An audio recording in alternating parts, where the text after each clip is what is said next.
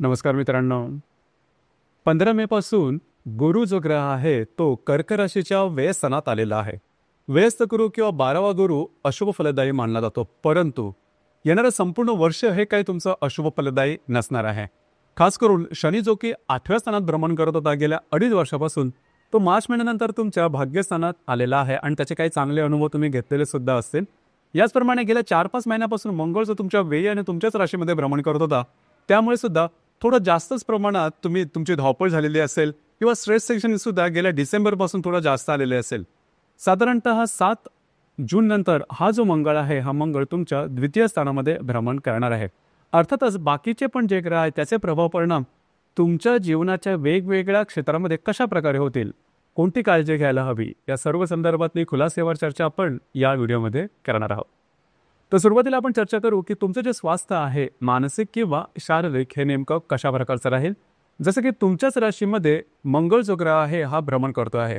दिनांक 7 तारखेनंतर हा जो मंगळ आहे, हा मंगळ तुमच्या द्वितीय स्थानामध्ये भ्रमण करेल. 29 तारखेनंतर बुध तुमच्याच राशीमध्ये येणार आहे. खास करून तुमच्या राशीचा जो षष्ठेश आहे गुरु, हा तुमच्या व्ययस्थानामध्ये भ्रमण करतोय आणि राशीच्या अष्टम स्थानात राहू भ्रमण करतोय आणि जो अष्टमेश आहे शनी, हा भाग्यस्थानात भ्रमण करतो. एकंदरीत या सर्व ग्रहांचा जर का विचार करायचा झाला, काळजी करू नका. या संपूर्ण महिन्यात तुमचं जे शारीरिक आणि मानसिक जे स्वास्थ्य आहे ते अतिशय उत्तम राहील. काळजी करू नका. फक्त इथे एकच गोष्ट महत्त्वाची आहे की जर का आधीपासूनच जर का तुम्ही कुठल्या दीर्घकालीन व्याधीने ग्रस्त असाल, तर त्या संदर्भात थोडीशी काळजी घ्यायला हवी.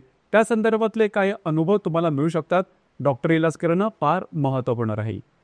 यानंतर आपण चर्चा करणार आहोत की तुमचं जे आर्थिक स्तर आहे हा नेमका कशा प्रकारचा राहील. जसं की तुमच्या द्वितीय स्थानात मंगळ जो ग्रह आहे हा दिनांक 7 तारखेनंतर येणार आहे. राशीचा जो धनेश आहे रवी, जो की तुमच्या लाभस्थानातून व्ययस्थानामध्ये दिनांक 16 तारखेनंतर येणार आहे. आणि राशीचा जो सगळ्यात महत्त्वपूर्ण ग्रह, राजयोगकारक ग्रह मंगळ, हा तुमच्याच राशीतून द्वितीय स्थानात दिनांक 7 तारखेनंतर जाणार आहे. राशीचा जो अष्टमेश आहे शनी, हा तुमच्या भाग्यस्थानांमध्ये भ्रमण करतो. राशीचा जो लाभेश आहे शुक्र, हा तुमच्या दशम स्थानामध्ये भ्रमण करत आहे. एकंदरीत सांगायचं झालं, या संपूर्ण महिन्यामध्ये आर्थिक संदर्भात अजिबात काळजी करू नका. आर्थिक बाबतीमध्ये म्हणजे तुम्ही जी काही कामं केलेली असतील त्याचे तुम्हाला लाभ मिळतील आणि तुमच्या अपेक्षेपेक्षा चांगले सुद्धा मिळू शकते.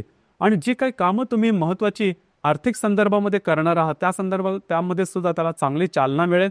आर्थिक संदर्भात गोष्टी तुमच्या अपेक्षेप्रमाणे होणार आहेत. अजिबात काळजी करू नका. खास करून जर का तुम्ही शेअर मार्केटमध्ये ट्रेड करत असाल तर त्याच्या संदर्भातले सुद्धा काही चांगले लाभ तुम्हाला या दरम्यान निश्चितच मिळणार आहे. आता या ठिकाणी एकच गोष्ट महत्त्वाची आहे की ग्रह गोलांचे जे प्रभाव परिणाम आहे ते तुमच्या अपेक्षेप्रमाणे तुम्हाला मिळणारच आहे. त्याची साथ आर्थिक बाबतीत तुम्हाला मिळणारच आहे. फक्त एकच गोष्ट आहे की तुम्ही मात्र खर्च करू नका. अर्थात तुमच्या राशीला वेगळं काही सांगायची गरज नाही की पैशाचं महत्त्व किती आहे. मुळातच तुमची जी रास आहे ही व्यवहारी आहे. पैसे कुठे, कधी, कसे खर्च करायचे, कशा प्रकारे इन्व्हेस्टमेंट करायची याची तुम्हाला चांगली माहिती असते. तरीसुद्धा कधी कधी परिस्थितीत अशा प्रकारचे होते की आपल्याला खर्च करावे लागतात. अर्थात हे खर्च वायफळ किंवा अनावश्यक होत नाहीत ना, या ठिकाणी थोडंसं लक्ष देणं गरजेचं राहील. बाकी तुम्ही अजिबात काळजी नको करू नका. आर्थिक संदर्भात गोष्टी तुमच्या अपेक्षेप्रमाणेच होणार आहे. गृहसौख्याबद्दल सांगायचं झालं तर राशीचा जो चतुर्थेश आहे शुक्र, जो की तुमच्या दशम स्थानामध्ये भ्रमण करत आहे. अर्थातच म्हणजे घरातल्या ज्या तुमच्या व्यक्ती असतील, फॅमिलीमधल्या ज्या व्यक्ती असतील, त्यांच्याबरोबर तुमचे नातेसंबंध सुमधुर अशा प्रकारचे दिसून येतील. वास्तूच्या संदर्भातले काही महत्त्वपूर्ण कामं करायचे असेल तरी सुद्धा हा जो संपूर्ण कालावधी तुमच्यासाठी शुभ फलदायी असाच असणार आहे. लव्ह लाईफबद्दल सांगायचं झालं तर राशीचा जो पंचमेश आहे मंगळ, जो की तुमच्या राशीतून द्वितीय स्थानामध्ये भ्रमण करत आहे आणि चतुर्थ दृष्टीने तुमच्या पंचम स्थानालाच पाहतो आहे. इथे एक गोष्ट सांगायची वाटते, खास करून जर का तुम्ही कोणाच्या रिलेशनशिपमध्ये असाल तर थोडाफार प्रमाणात चहाच्या कपातली वादळं ज्याला आपण म्हणतो किंवा तू मैमे ज्याला आपण म्हणतो, अशा प्रकारचे छोटे मोठे अनुभव तुम्हाला दिसून येतील. अर्थात त्याचा फारसा मोठा परिणाम तुमच्या वैवाहिक जीवनावरती, तुमच्या जे रिलेशनशिप आहे त्याच्यावरती होणार नाही. त्या संदर्भात काळजी करायला नको. तरीसुद्धा गोष्टी कधी कधी छोट्या छोट्या गोष्टींना मोठ्या सुद्धा होतात. फक्त या ठिकाणी लक्ष द्या, ती गोष्ट थोडी महत्त्वपूर्ण आहे. खास करून ज्या गर्भवती महिला आहेत त्यांनी मात्र स्वतःच्या आरोग्याकडे लक्ष देणं गरजेचं राहील. आरोग्याच्या संदर्भातले छोटे मोठे त्रास दिसून येतील. आणि जे विद्यार्थी वर्ग आहेत त्यांच्यासाठी मात्र हा कालावधी चांगला राहील. काळजी करू नका. वैवाहिक जीवनाबद्दल सांगायचं झालं तर राशीचा जो सप्तमेश आहे शनी, जो की तुमच्या भाग्यस्थानामध्ये भ्रमण करत आहे. जर का विवाहित असाल तर वैवाहिक जोडीदाराचे नातेसंबंध सुमधुर अशा प्रकारचे दिसून येतील. फक्त वैवाहिक जोडीदाराच्या आरोग्याकडे मात्र लक्ष देणं गरजेचं राहील. कारण मंगळ केतू हा तुमच्या द्वितीय स्थानामध्ये भ्रमण करणार आहे. तर या संदर्भात थोडीशी काळजी घेणं गरजेचं राहील. याचप्रमाणे जे तुमचं कार्यक्षेत्र आहे त्या संदर्भात सांगायचं झालं तर राशीचा जो कर्मेश आहे मंगळ हा तुमच्या राशीतून द्वितीय स्थानामध्ये भ्रमण करणार आहे.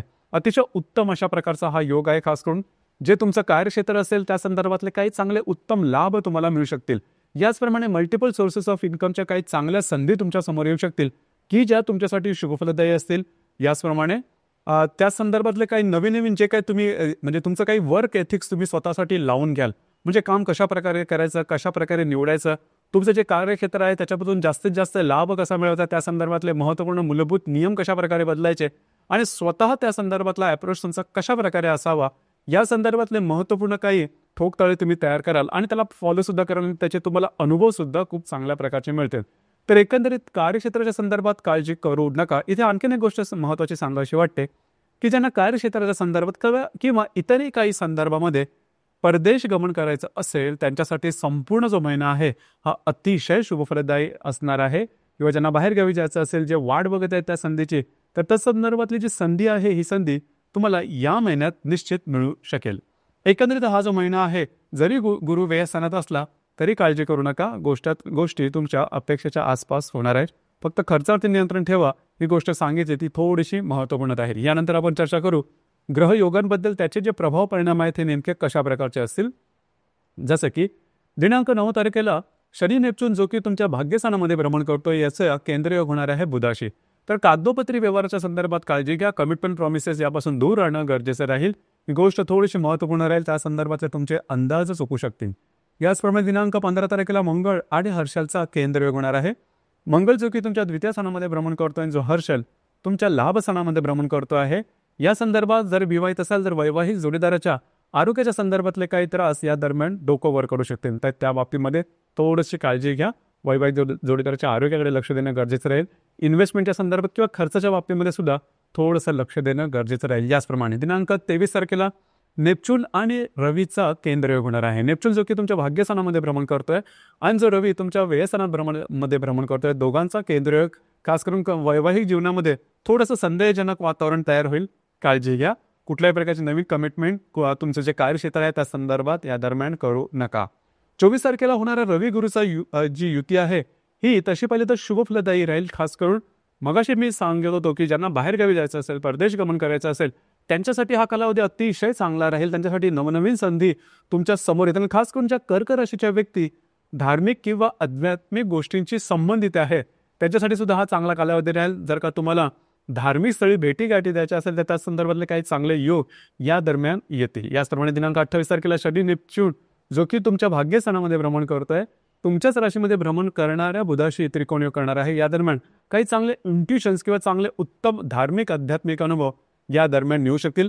तुम्ही बांधलेले अंदाज या दरम्यान बरोबर येऊ शकतील. तर एकंदरीत सांगायचं झालं हा संपूर्ण महिना जरी गुरु तुमच्या व्ययस्थानात किंवा 12वा असला तरी तुमच्यासाठी बऱ्याच प्रमाणात शुभ राहील. ज्या काही महत्त्वाच्या 2-4 गोष्टी सांगितल्या त्याकडे लक्ष द्या. हा महिना तुमच्या अपेक्षेप्रमाणे जाणार आहे. अर्थात इथे आणखीन एक गोष्ट महत्त्वाची ती म्हणजे राशीचे जे या महिन्यातली जी पौर्णिमा आहे ती 11 तारखेला आणि जी अमावस्या आहे ती 25 तारखेला आहे. तुमच्या राशीचा स्वामी चंद्र आहे आणि चंद्र हा सगळ्यात जास्त अफेक्ट करतो पौर्णिमा आणि अमावस्येला.